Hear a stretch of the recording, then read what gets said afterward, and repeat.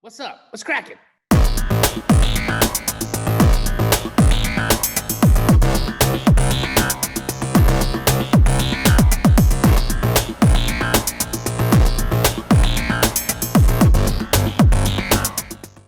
How do you know if a wholesaler is direct, and does it matter?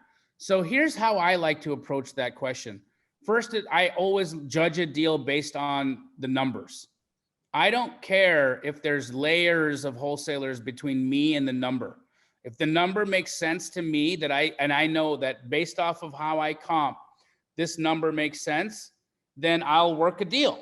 If it doesn't make sense, then I will talk to the wholesaler and see if there's room, or if they have it marked up too high, or that's when dialogue starts to happen. So I think what you should have as your benchmark on making a decision on whether or not to pursue an opportunity, let the numbers speak for themselves. So comp it, and then if you see that it's a viable opportunity, reach back out to the wholesaler, call them. I think that's the point when you move from Facebook Messenger or text message into actual having a voice conversation.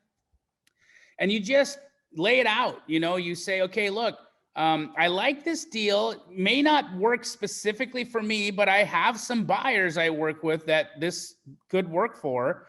Do you mind if I share this with them? Can I market this to them?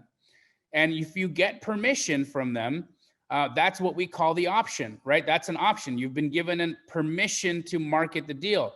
Now we structure that with the option agreement. Some wholesalers are resistant to signing an option agreement because they don't understand what they are. Some wholesalers prefer to use a JV agreement. I say use those terms interchangeably, but know that they're not interchangeable, right? Just use those terms interchangeably as when you communicate with people, and know that we're talking the same language, but in your mind, know why there's a slight difference between them. It's not your job to educate them on that. But if they feel more comfortable using the term JV, use the term JV.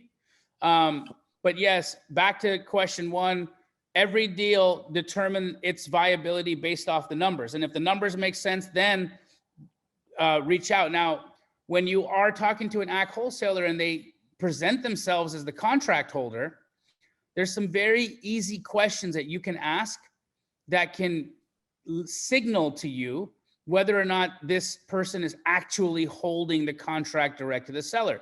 And these are the questions I like to ask. When is COE? What is the title company? And what's access? And if those questions can get answered in a relatively quick manner, then they very likely are holding the contract. If the answers to those questions takes days, they're not.